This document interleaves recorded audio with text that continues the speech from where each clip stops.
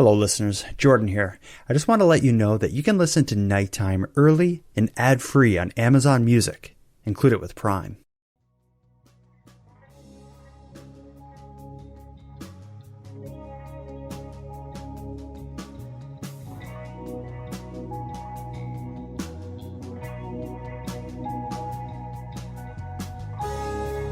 According to the police officer I spoke to, they went through a list of questions in order to ascertain whether or not she was safe and determined that she was okay to be on her own on the streets of Victoria barefoot in November, and they left her there. That was the last time anyone ever saw her. You are listening to Emma Fillipoff is Missing, a series by the Nighttime Podcast. When Emma Fillipoff disappeared from a busy downtown Victoria, BC intersection in November of 2012, the effects were felt far and wide. For Emma's loved ones, on top of the heartbreak and the panic, they were left with the task of connecting the pieces left behind in hopes that they may lead to Emma, or at least to an answer. As we heard in the prior episodes, several promising leads appeared and kept those searching for Emma busy. There was the green shirt guy in Vancouver, the mysterious reappearance of Emma's prepaid credit card, and of course, the countless reports of possible sightings. But amongst all that, there was one lead in particular that presented a uniquely uncomfortable situation. The lead came in the form of an unread Facebook message that was sent to Emma's father in the months prior to her disappearance. The message was from a young man named Julien, who was a one-time acquaintance of Emma. In the message, Julien asked Emma's father for help getting in touch with Emma, and included an apology for stalking her. As you can imagine, when someone says they've been stalking a now missing young woman, people take notice. But this appeared even more problematic than that. As you heard discussed in the prior episodes, Julien didn't only state he had stalked Emma. He'd since joined the search team and had been working closely with Shelley. And beyond that, he'd moved from Emma's hometown of Perth to Victoria shortly after she did, and he didn't seem to have a very good reason why. Now, Julien's role in Emma's story could simply be an unfortunate coincidence that looks terrible. But many people have doubts about coincidences when they relate to missing, attractive young women. Anyone who's been following Emma's unfolding story should be well aware of tonight's guest. So if you could just tell me who you are and what ties you so closely to the disappearance of Emma Fillipoff. I'm Julien, and I was a student in Perth for 2 years. During my first summer there, I met Emma, and we became friends. She then left Perth, and I was without news for just over a year until I saw her again in Victoria. Following her disappearance, I was involved in the search, and later on I became a suspect. I was portrayed on the Fifth Estate as a potential person of interest in the investigation. Ever since, I've been, in the aftermath of the episode, and people wondering exactly what my role in this whole story was. Before we get to Julien, let me quickly tell you how this came about. As I was preparing the second episode in this series, I had contacted Julien and invited him to tell me about his time with Emma and to discuss the factors that have led so many to considering him a suspect in her disappearance. After connecting with him and explaining that I had no strong opinions or no proverbial axe to grind, he agreed to share his version of the events with me. I'm sure many people listening will be surprised to hear Julien speaking here, as his connection to this story has quite literally forced him into isolation. But Julien's reasons for speaking out are quite clear. His belief is that those who suspect him do so on, at best, incomplete and at worst, misleading information that was provided by the Fifth Estate documentary, Finding Emma. And now, it's Julien's time to clear the air. Tonight, in this episode of the Nighttime series, Emma Fillipoff is Missing, we're going to be joined by Julien.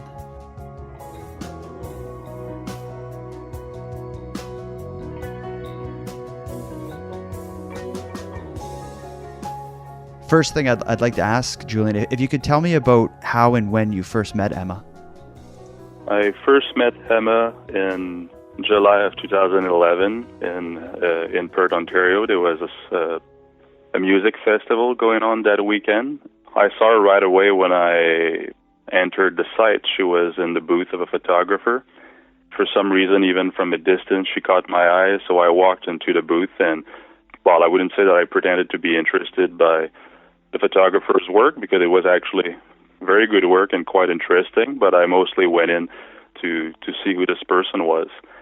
So we talked for a bit with the photographer to each other. At some point, I asked the photographer if it would be all right to ride my bike to his studio outside of town at some point to see more of his work. And she was kind of listening and showing interest, and soon after we left the booth. But then not very long after that, she came to me asking me a question about whether or not I was going to the indoor concert that night, and then I asked her if she would be interested in visiting this photographer by bike someday, and she said, "Oh yeah, I would be interested. I was actually thinking about asking you the same thing." And then she wanted to go the next day, which became kind of a habit over the next few weeks. She always wanted to do something the next day, but I had to tell her that the photographer would still be in his booth in the park until Sunday, so our visit to his place would have to wait until the week later. But anyway, so we in the end, instead of going on a bike ride, we ended up canoeing. So I met her on a Friday night at that concert, and then we went canoeing the next day. Anyway, it was a great weekend, but then she got an eye infection that night, and I didn't really see her for another week after that while she was getting better at home with a patch. Yeah, so we spent a fair amount of time together that weekend, and we kind of realized right away that we had a few things in common, and we kind of felt like we, I guess, knew each other more than we actually did. I understand from there you had, I believe, about a month together in Perth. Were you hung out occasionally, or was it longer than a month? Yeah, no, I would say that's about a month. In total, including Victoria, I don't think I saw Emma more than 15 times. Mainly we walked. Mostly we walked at night. Typically she would be mostly barefoot, not always, and she would be carrying her little ukulele. And we would walk all night, her carrying the ukulele, playing the same chord over and over. I think she only knew one.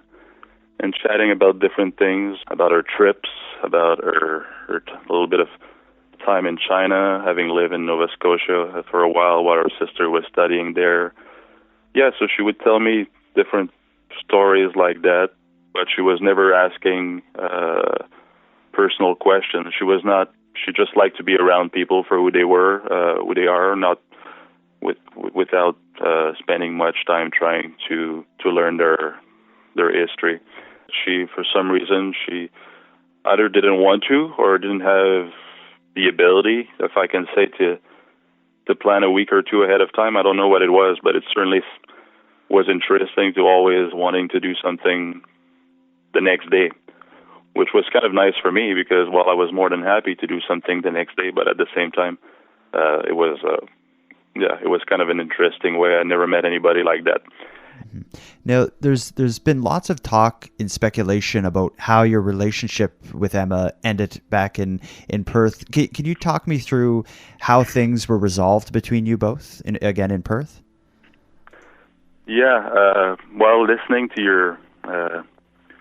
listening to your podcast the other day, there was a discussion about what our relationship was about, or maybe that the relationship was just in my mind. And those are things that I've discussed with police and family members before.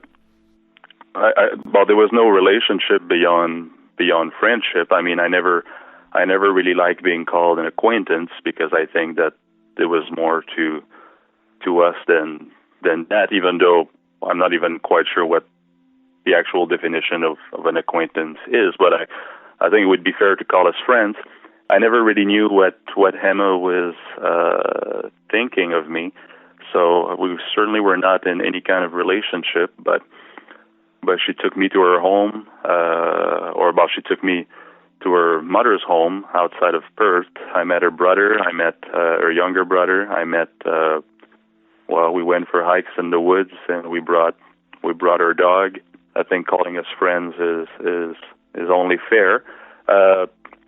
Most of the time we would just, like I said, we would just walk and talk, but then one night must have been late again, always was pitch dark. We just sat on a bench near the tracks, and she tucked her nose in my neck, and I couldn't help it, so I kissed her, and it kind of went on for a while. Eventually we got up and walked a little bit more, and she took my hand, and I was kind of surprised how the night had turned out. Anyway, we went back to our own places, and I didn't see her the next day, and then the day after that I called, and or she called, I don't remember that part, but to say that we probably got a little carried away the other night, that she liked me, but that since she was not gonna stay in town for very long, she didn't want to get attached to me or anyone, and that it would be better if we stopped seeing each other. Before hanging up, she said, I prefer if you don't call again, or something like that. But then I was all night, I was working night shifts on Fridays, and I couldn't imagine how I would spend the night just running this around in my head. So I called again. I called her, and then her father said, Emma just told you she didn't want you to call. So I said, please, just one last time. I just want to have her give me a few more explanations. And she did take the phone. She was kind of not rude, but kind of cold at first, saying, I think I answered all the questions. But then she kind of softened a little bit, and we talked for maybe 10, 15 minutes. When we hung up, I was feeling much better, even though it was still the same thing. It would be better off not to see each other again. And but at least it seems like the second phone call sounded better than the one before, and that was the very last time that I called her parents' or her father's house.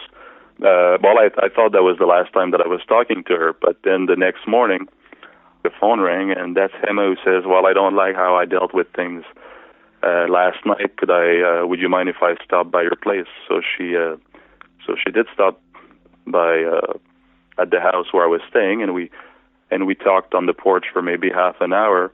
That was really nice. Once again, it was still the same story. Better if we stopped seeing each other, but at least it was done face to face, and we hugged, and we said how nice it was to have known each other, and kind of wish each other's good luck, and that was it. But then there's no way to know what she was thinking, because the next night I'm in the living room reading a book, and suddenly someone knocks on the door, and the lady I was living with goes to answer and says, Julien, Emma's here for you. She's standing at the door with her ukulele, and she wants to go for a walk, and it's like, but I mean, Emma wants to go for a walk. You put your shoes on and you go. I was so confused, but at the same time, I was happy to see her again, and so we went for that walk, and I was more confused than ever, and I didn't know what to talk about. And at some point, I said something that kind of insulted her or that she didn't like. I just couldn't keep the silence, and for some reason, I asked her about her pants and why she never wore shorts or skirts, or why she always wore long pants, even though it had been a very hot summer. And anyway, depending on my choice of word, she didn't like the question. It was not a question that I should have asked.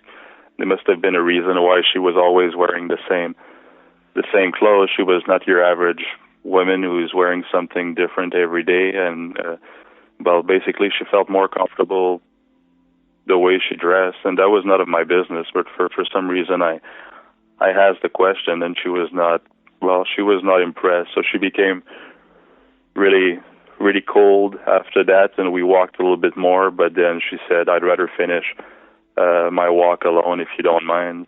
And that was kind of annoying because the morning before, I kind of liked how we handed things up, and that night, then I felt like, well, this might be it, but I didn't feel too good about how it all ended. So, and I was heading home to Gaspé for 2 weeks the next day. So I wrote a little card, and I dropped it off at the coffee shop where she used to work, and she had a couple of friends working there. I just wanted to say, well, sorry for being so awkward and for asking something that I really should not have asked. And yeah, so I went home. I went home for 2 weeks, and not really knowing if I would see her again. But for some reason, I was kind of looking forward to, even though I enjoyed my time back home, I was kind of looking forward to go back to Perth. And but then I went back to Perth, and I didn't see her for maybe a week or so. And that's when the coincidences kind of started. One night, someone drives me home, and I was working on a farm for the summer, and he drives me home after at the end of the day, and just in front, just at the top of the hill, I see a woman walking barefoot, but wearing jeans. And I'm thinking, well, that looks like Emma, but except for the jeans. So I get home and jump on my bike, and I think, well, I'll go see who that is. But before I could make it to the top of the hill, Emma came out around the corner, walking out of the street where she lived. But it was kind of weird how it happened, where I just see this other person who reminds me of her, and then she shows up. I asked her if it was okay to walk with her, and she was not too keen. She hadn't liked the fact that I had bothered to drop the card for a friend to give to her. She said that I was not patient enough or something like that, that maybe we were not as similar, than we didn't have as much in common as she first thought. But I kind of insisted to walk with her just to explain myself. So we walked for a little bit, and she started to listening and talk, and things were looking better. And even though I wanted to keep walking with her, at some point I said, "Do you want to finish your walk alone? I think I'm just going to go home." And she said, "No, you can stay." And then we walked a little bit further, and then we hugged and said goodbye, and we both felt that was possibly the last time that we see each other, and that was the last time I saw her in Perth. And even though that walk started out with her being kind of cold and well, not interested in talking, it ended up like all these other nights when it was just great to be in her company.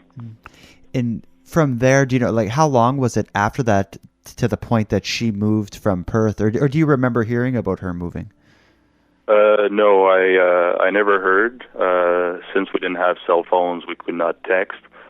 She never tried to contact me. I had no way to contact her. One day, I was riding my bike in that residential area where the bench where we had kissed was. I just wanted to see how that place looked like in the daytime, because, like I said, every place seemed like a special place with Emma in the nighttime. But so I went around by bike, and then there was her father walking a big black dog. So I asked her, "Is Emma gone?" And he said yes. I believe she went out west as planned, or something like that. So that was as much as I knew. I never wrote to James, to her father while in Perth, but I had sent a couple Facebook messages to her mother, because since I knew her father, I knew her young brother, I had met the dogs, I had been to her house. It would have been nice to know who she was, since so many people had told me about her. So I sent her a couple Facebook messages, which I later learned she never read until much later after I left her. But basically, I was just asking her to have a little chat, and I was just curious to meet her, and I'm sure I would have been tempted to ask about news of Emma, but since I never met her, I never heard about Emma after last seeing her. I knew she was gone.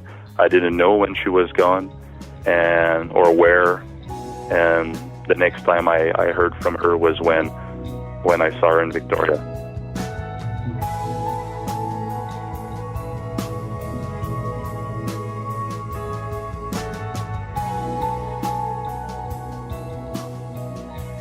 Now, what is it that led you to move from Perth to Victoria? Why did you choose there? Well, I spent an awful lot of time debating about where I was going. I thought it was kind of a neat feeling to finish school and knowing that I could go anywhere on the map. I had found out while in school I was studying woodworking that I was kind of allergic to wood dust, which is kind of impractical to kind of inconvenient for a woodworker. And I had been doing a lot of paddling. I started considering more and more going west so I could paddle year round and work outside. And I analyzed statistics of climate and all kind of things in Canada. Bicycle, I don't drive. I thought that being out west, I could commute by bike year round and not have to depend on bus schedules and so there were many reasons that led me to go there.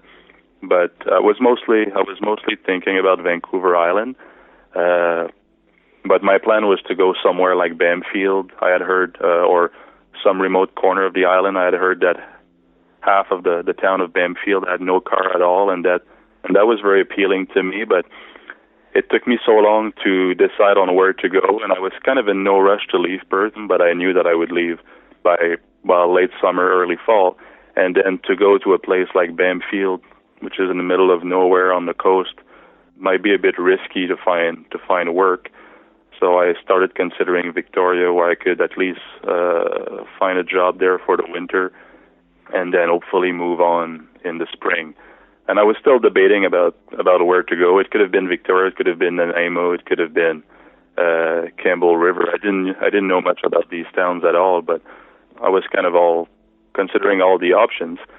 And then I found out that this Irish band, which I've been trying to see for many years, was coming to Victoria, and that was it. I had been debating for a while where to go, and I had to make a move, and so I chose Victoria. I figured, well, I'll go to the concert, I'll find a job. I contacted an outdoor store in town, and they basically said as soon as you get to Victoria, stop for an interview.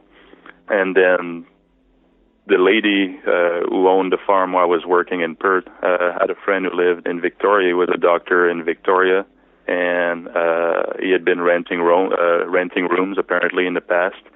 And she gave him a call, and he was still interested in renting me a room. Yeah, so for all these factors, I chose to go to Victoria. I arrived on August 27th and started working on August 29th or something like that. So it all happened pretty quick. And that was August of 2012? August of 2012, yeah. Okay. And so now with you in Victoria starting work at this the outdoor sporting goods store that you mentioned, at this point you had no idea that Emma was living in Victoria. Is that right? No. Once again, she could have been anywhere. But yeah, as far as I knew, she was out west. I mean, to be honest with you, I was hoping I would see Emma again one day. But yeah, that was just a hope I had. I certainly didn't choose, maybe unconsciously. I mean, she had told me how nice Vancouver Island was, how nice the weather was. She had asked me to maybe travel west with her. So maybe in the back of my mind, it influenced my choice to travel west, but it was mostly for personal reason, climate, work, the ability to paddle year-round. She could really be anywhere. But when that my first morning in Victoria, when I went and walked to the store where I was end up working, just around the corner there was this little store with love, peace, and freedom written on the stairs, and some interesting, free-flowing, colorful clothing in the windows. And I had this thought that if Emma was in Victoria, this is probably the kind of place she would have gone to. But I mean, this was just a thought. I never thought that she would be there. So I had no way to know where she was, but I did think about her that day when I saw that store, and a month later, that's the exact spot where I saw her. Yeah. No. So, can you tell me, or can you describe this first time you ran into her in Victoria? I was. It was Sunday. It was a beautiful October day. It was my lunchtime. I went to a coffee shop where I'd never been before and grabbed a sandwich. And on my way back, I saw someone who really looked like her. And I had left my glasses at the store, so I was kind of leaning over and squinting, trying to to make sure it was really Emma. And she was doing this. She was doing the same thing. For some reason, we kind of spotted each other from across the street at the same time. We kind of stayed there frozen for a second, and then it was me who eventually crossed the street, and I didn't quite know what to say or what to do. We were both shocked, and she was smiling, so that was good. And then she was the first one to hug me. I was kind of keeping my distance and saying hi and what are you doing here, but I didn't want to push it, since I didn't quite know what her reaction would be to suddenly see me like that. But she was super happy to see me. She gave me a hug. She said that she kept saying wow and how strange it was, because she had been thinking about me not that long ago. It only lasted about 10 minutes because I had to go back to work, and I didn't ask where she lived. I didn't ask where she worked, but I didn't ask any personal information. I told her where I was working, which was just, 2 doors down, and then she asked me what days that she would stop to see me sometime, and I asked her if it would be, if she would like to stop and meet me at 5 after we closed, so we could go for a bite. And she said I don't know. You know that I never plan very far ahead. So even though it was maybe 1 o'clock, she really didn't know how her afternoon or how her evening would be like. But she was super happy to see me, smiling, hugging me twice before I left, and I mean, I was on a cloud. The surprise was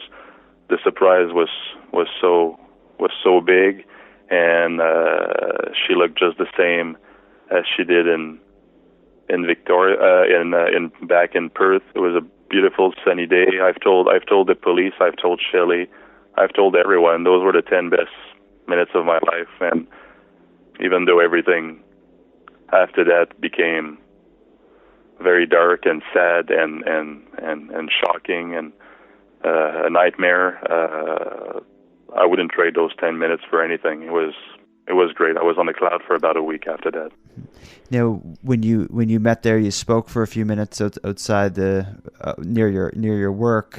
You hadn't officially made any plans. Was it just left with, this is the days I work, this is where I work, come by sometime? Is that how it ended? Yeah. Well, the only plan was, I work until 5. If you want to go to grab something to eat, stop by and see me then, or otherwise she kind of let it sound like she would stop by and see me maybe see me in the next few days. And I was actually off the next couple of days. I was kind of looking forward to go back to work on Wednesday because I had told her that I was working Wednesdays to Sundays. I was kind of looking forward to go back to work, hoping she would stop by. And it seems like every time someone walked into the store, I would look, hoping that it would be her walking in. But that never happened. And I didn't ask her where she lived or where she worked, because I guess knowing myself, I figured that if I did, I might be tempted to stop by her work and say hi. I really wanted her to, unlike in Perth where I had her home phone number and I knew where she lived, in Victoria I didn't have a clue, and I figured that if she wanted to see me, and she surely sounded like it, she would know where to find me. And that was right downtown. That was easy to get to. But then I started thinking about this concert coming up November 1st, and I had been waiting to see this Irish band for so long, and I thought this will be an awesome night, and it would be even more awesome. It would be perfect if Emma would come with me. And even though I thought this is probably a bad idea, but I sent a Facebook message to her father saying I'm a little bit desperate. I was really hoping to see Emma again so I could invite her to that concert in 3 days. If you are in touch with her at all, you can let her know that I'd like to invite her. She can just stop at work or send me an email. And I never heard back.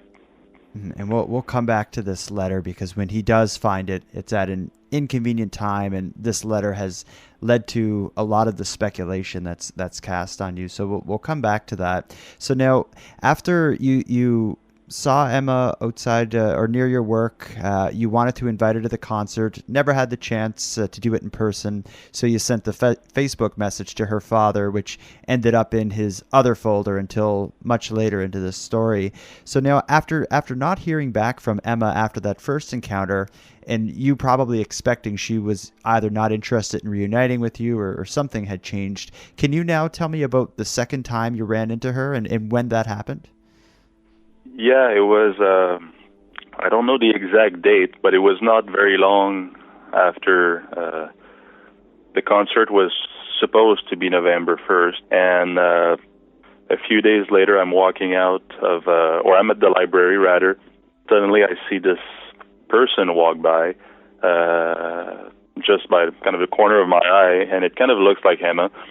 And she walks out, and I follow behind and kind of walk a little bit faster so I can step in front of her and have a good look. And I say, well, so it is Emma. So I start, I say hi, and then I could tell that she was not.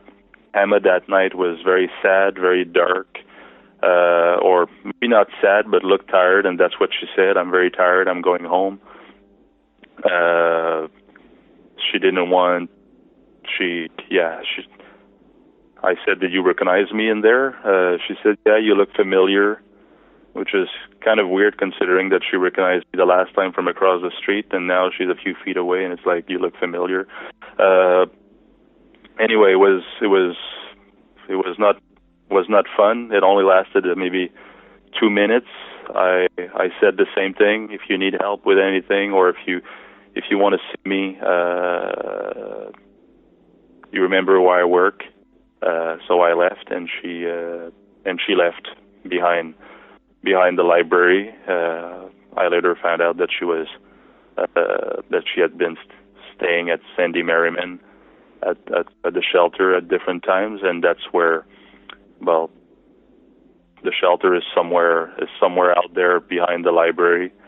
So that's probably where she was staying at the time. So kind of early to mid-November.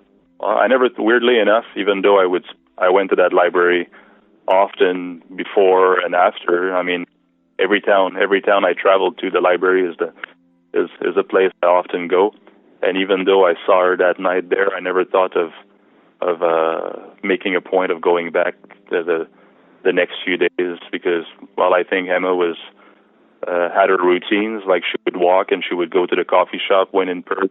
I could have thought that she would go back to the library more quite often and made a point of going, but I never thought about that. So that was the last time. Well, not the last time, but that was the second time that I saw her in Victoria. And unlike our first meeting, that was really nice and all smiles. I didn't know what was going on, but there was obviously something going on. Okay. And now, so that was the second time you ran into her in Victoria, and this would have been the beginning of November, I think you said. Do you recall the rough? Yeah, it was a few days. It was a few days after a few days after the concert had been canceled. Okay. And then from that point, can you now lead into the third, and at this point in time would be your final encounter with Emma? Could you tell us about that? Yes, it happened.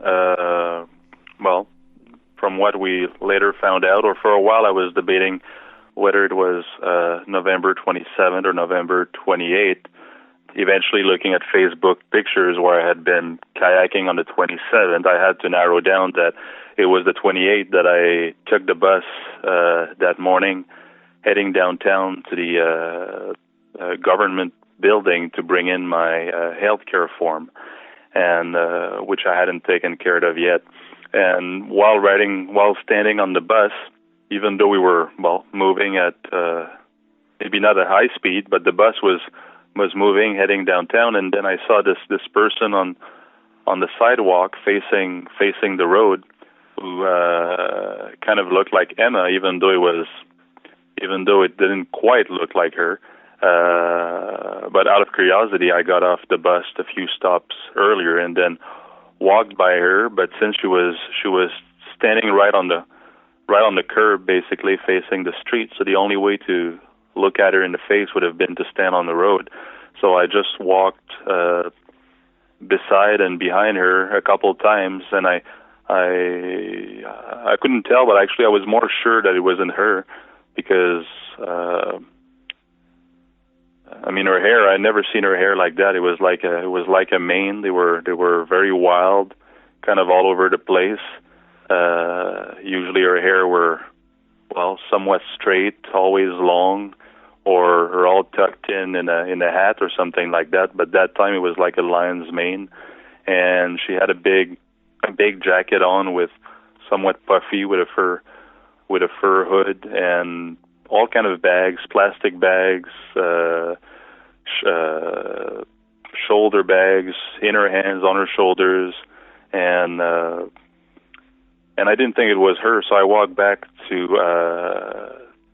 the government building to hand in my form, and a few minutes later I stepped out, and the woman was still, hadn't moved, was still there on the curb facing the sidewalk, or facing the road rather. And this time I stepped on the road and looked at her in the face, and it was Emma, and she didn't look, I guess her face looked like her, but everything else about her looked different. And I don't think I asked, "How are you?" because it didn't seem like the appropriate question. It was pretty obvious that she was probably not doing all that great. I asked, "Do you want to talk?" And she just shook her head. She didn't say no or anything. She just shook her head.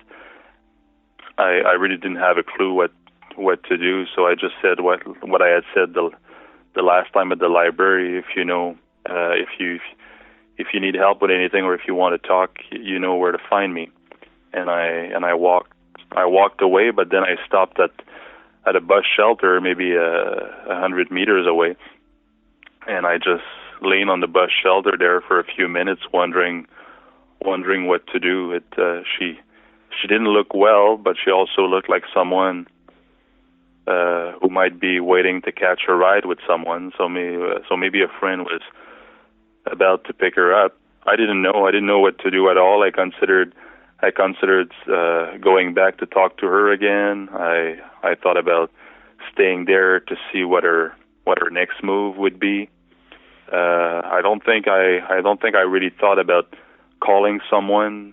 I was mostly thinking about either staying there and seeing her next move, or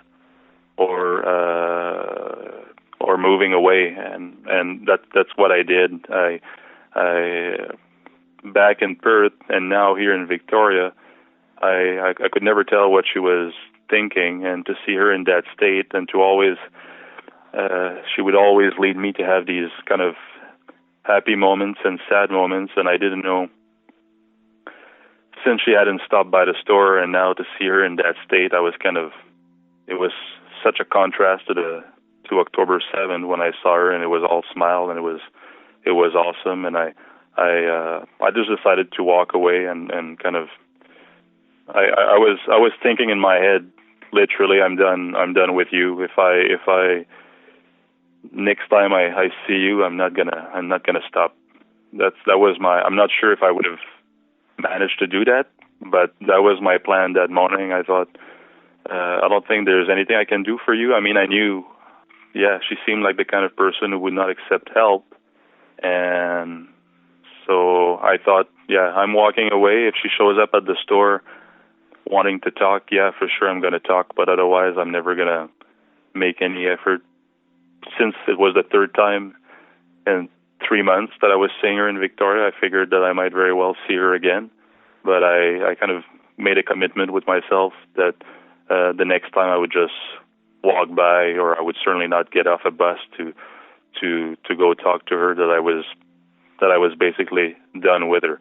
And but things turned out to be I was all but done, because that was November 28th, and then basically December that year was all about Emma. Mm-hmm. Now, so that, again, November 28th, the last day that she is seen, you run into her that morning. She appears unwell, but not to the point that you felt like there was an emergency, that something had to be done. When is it from there that you first heard of her disappearance? How long after this that word made it to you? A few days later, early December, I wanted to move into a new room somewhere closer to town than where I was staying. I had found a few places I wanted to go visit, and then I got an email that morning while still at home from the lady where I used to work in Perth, telling me that she woke up to the news on local radio back in Perth that Emma was missing. I thought it was kind of a weird to be considered missing within 5 days, because, well, I thought she was elusive enough that she could go on for much longer than that without giving news to anyone. So I didn't quite understand why she would be considered missing, since I had seen her only a few days before, and also because, well, I was just I didn't want to be worrying about it anymore, or I basically didn't want to be thinking about Emma at this point, and I already wanted to get my not my life back, but the first 2 months in Victoria had started out so well, and now November had been rather dark and sad, and I was thinking, well, if I find a new place to live closer to town, with maybe rent a room and with people my age, it might be help me get involved a bit more in that city. So I left town and went, left home and went visiting a few apartments, but none of them were great. So I went back to the downtown library to go back to the computer. I don't have a laptop. I didn't have a cell phone at the time, so my only computer access was either at home or at the library. That's why I went quite often. And I walked in there, and Shelley says that she looked at me and got up and came to talk to me. I don't know if it's that important who saw who first, but the way I remember, and I remember it very clearly, I walked in, and yes, there were a lot of people sitting in front of those computers, but I saw this woman, and I had been, well, when I sent her that message on Facebook a year earlier, I got to see her profile picture, and there was also a picture of her standing with her son at graduation, I guess. So I got to see a couple pictures of her, but that's all I knew of her. But I saw this woman there, and I approached her and I said, "Are you Emma's mom?" And she got off that chair very quickly and said, and kind of asked me if I knew anything, and I just said, I'm Julien, and I'm a friend of Emma. I knew her from Perth. We talked a little bit, and then she said that she was on her way. She was on her way to the coffee shop where there was a friend of Emma that was there, along with one of his friends, and they were getting a Facebook page started, and that I should go and meet them there a little bit later that day. And well, I went there, met them, and for the next few weeks, while I was part of the search team, I guess we can call it. I was working full time, but I was as involved as I could be every night after work or during my lunchtime. I would stop by the coffee shop, which was basically the main place where I used to grab my lunches. It was just a block or just around the corner from my job, so very close to the store where I worked.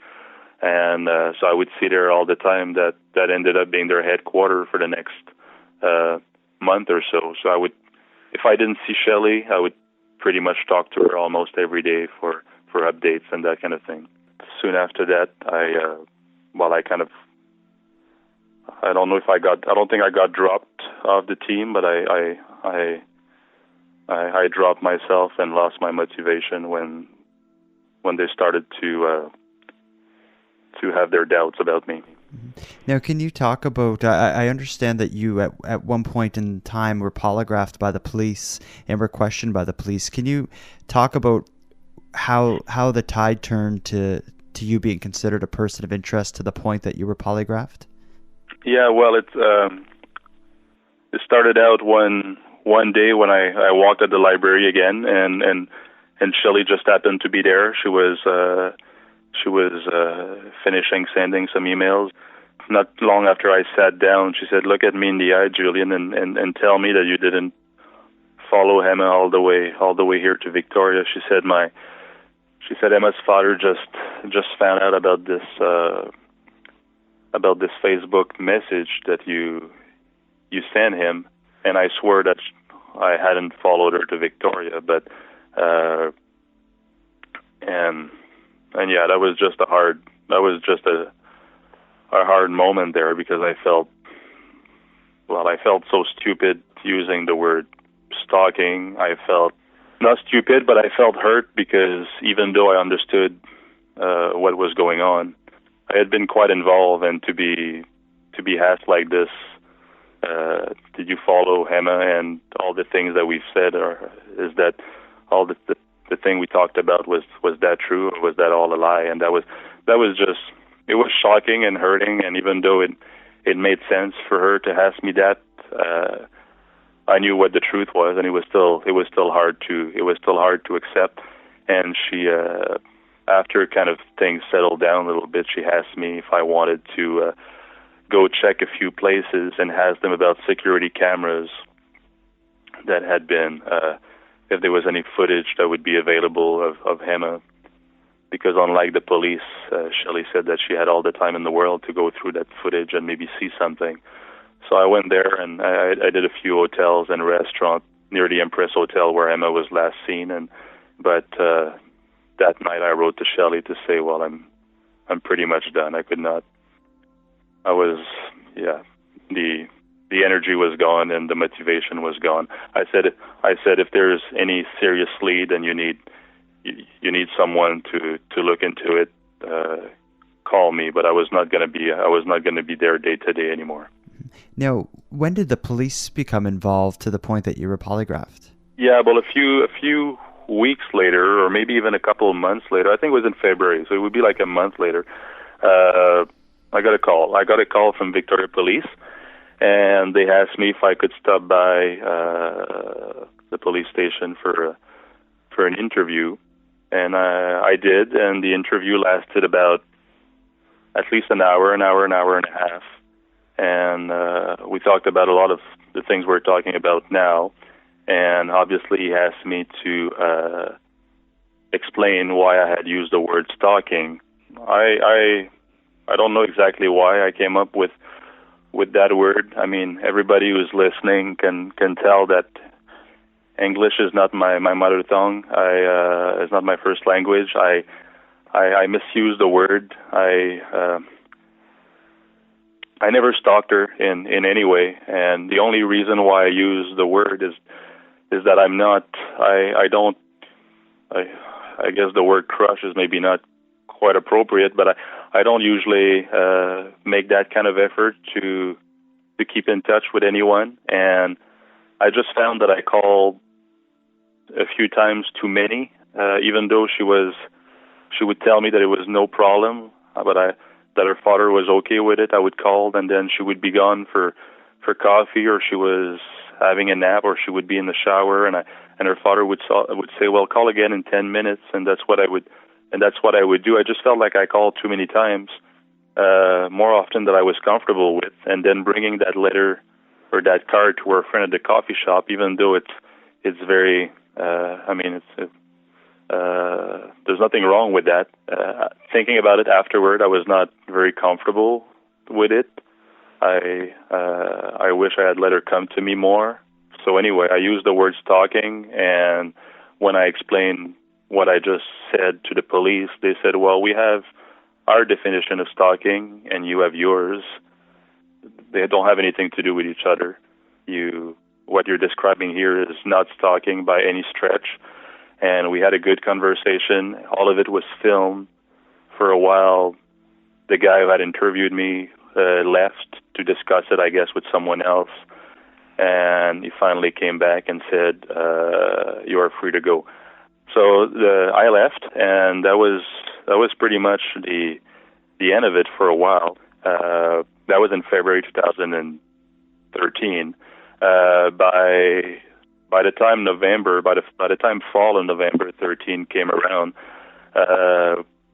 and sometime around the second week of November, probably, I was at home, and then two police showed up on my doorstep.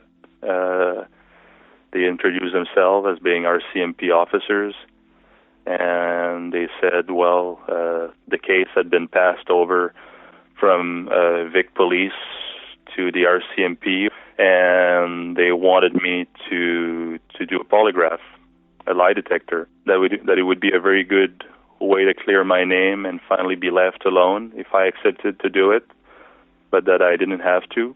And so we scheduled the polygraph for December 5th. November 28 went by. As expected, it was a tough, was a very sad day, and then December 5th came around, and I showed up at the RCMP station for the polygraph that afternoon. Lasted about 3 hours, probably, in total. Weirdly enough, the polygraph was not so much about stalking, but really about murder. They kept asking me from every possible angle if I had been involved in her murder and things like that. It was I thought they would be asking me. I thought the whole thing would be about stalking and following her, but in the end it was more about whether or not I had murdered her, and those were shocking, very absurd questions to be asked. I don't drive. I didn't have a car. All I did around Victoria was ride the bus or ride my bike. I was renting a room in someone's house, and I was living with them on the same floor and seeing and talking to them every day.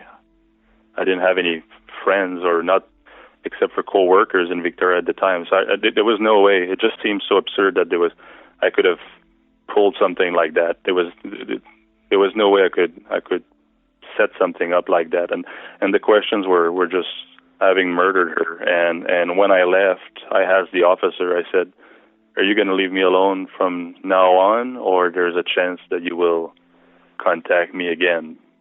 And he said no. He said basically, even though we focused on only a few questions, it was enough to give us a very clear idea of whether or not you had been involved in hurting Emma in any way. So that was the end of it. Now, do you, with your relationship with Emma and knowing her as a person, do you have any opinion on what may have happened, or do you think there's the possibility that maybe she went missing on purpose? I don't know. I never wanted to believe in kidnapping because that was too bad a scenario. I didn't believe in suicide at first because I didn't think it was possible. But after listening to the Fifth Estate and hearing her say the page in her diary where she mentions that she knows someone will be reading this, and I'm not so much focused on I'm dead Emma, but more about I know someone will be reading this, and I cannot imagine at any time Emma being okay with people reading her computer or reading her diaries.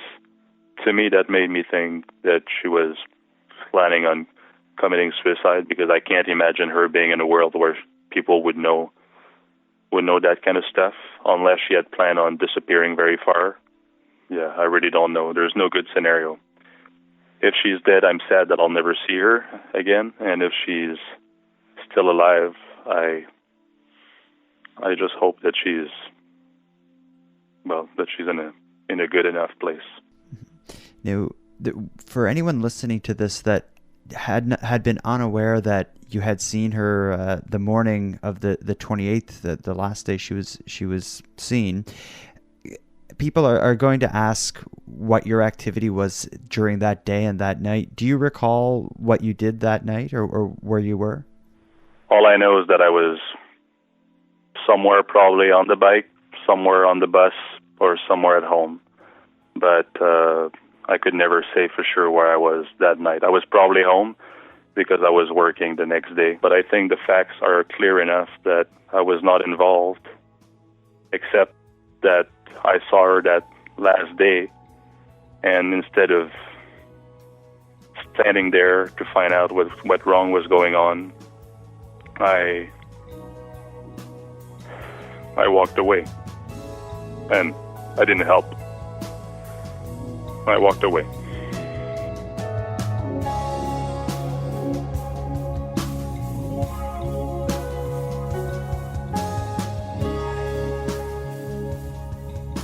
If you're still with me, I want to thank you for giving Julien the time to share his side of the story.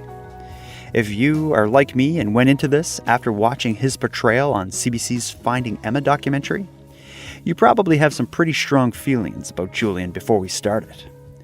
But for what it's worth, my personal opinion is that in hearing Julien's side of the story, it casts his possible involvement in a much different light. If what Julien says is true, and I have no reason to doubt him, he seems to suffer a similar fate to many other wrongfully accused people. Except instead of a prison sentence, he simply had a finger pointed at him on a popular documentary that was broadcast across Canada on CBC and around the world on YouTube. Going forward, I personally don't consider Julien among the possible explanations of Emma's whereabouts or her fate, and I've yet to hear a reasonable argument that goes against that. So I suppose we have to move on from here with many big questions still remaining. But as far as my personal list of points to consider goes, Julien's name's not on it. Emma's whereabouts and an explanation for her disappearance are still shrouded in mystery. But everything I've heard tells me one thing that is irrefutable. Something unique and seemingly dysfunctional was happening within Emma. As her mother Shelley said back in part 1, many of her behaviors could be symptoms of an undiagnosed mental illness. But despite that, many others have different explanations and suspect Emma may have in fact had reasons grounded in reality to fear for her safety and or simply to flee Victoria. And that's what we're going to examine in the upcoming 4 episodes of this series. We will speak with 4 close friends of Emma's from 4 unique parts of her life. Hopefully, by better understanding who Emma is and how her personality evolved throughout her life, we can perhaps better understand the young woman who was found shoeless and barefoot on a busy intersection on November 28, 2012. This sort of intimate character study will start in the next episode of this series, as we will meet with Emma's childhood best friend, Ellen. She kept journals when she was quite young, and that was always something that was quite private, like differing from her coming into my world and coming into my room, and sort of everything was fair game. That's something that I never would have done, is to go into her room and open her art book or open up one of her journals without her even having to say that. It was really quite clear that that was a line, and that she had elements of her life that was just for her. And with that, we will conclude this episode of the Nighttime series, Emma Fillipoff is Missing. But now, before we wrap things up, I'm going to end with some thanks. A massive thank you goes to Julien for allowing me to help him share his story. Julien, I feel Emma's story, like many other missing person cases, has many victims. In this story, I feel you received an unfair shake from many people. You may be a little awkward and a bit eccentric, but I truly believe you have deep, genuine feelings about Emma. My only hope is that this episode helps illuminate the full story. So thank you, Julien. Next, a big thank you goes out to Voxomnia and Paragon Cause for providing the musical and ambient themes for this series. And lastly, the biggest thanks of all goes out to everyone listening. Without you, the sun surely would have rose on Nighttime years ago. For anyone out there who wants more Nighttime, please consider supporting my Patreon campaign. For $1 a month, you can access the ad-free premium feed, which provides early releases of the episodes.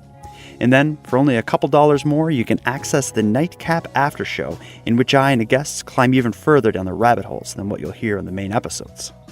You can join my Patreon and support the show by visiting patreon.com/nighttimepodcast. With that said, I want to thank the newest members to the Patreon group, Mike Menzel and Matt Hutchinson. Thanks, pals.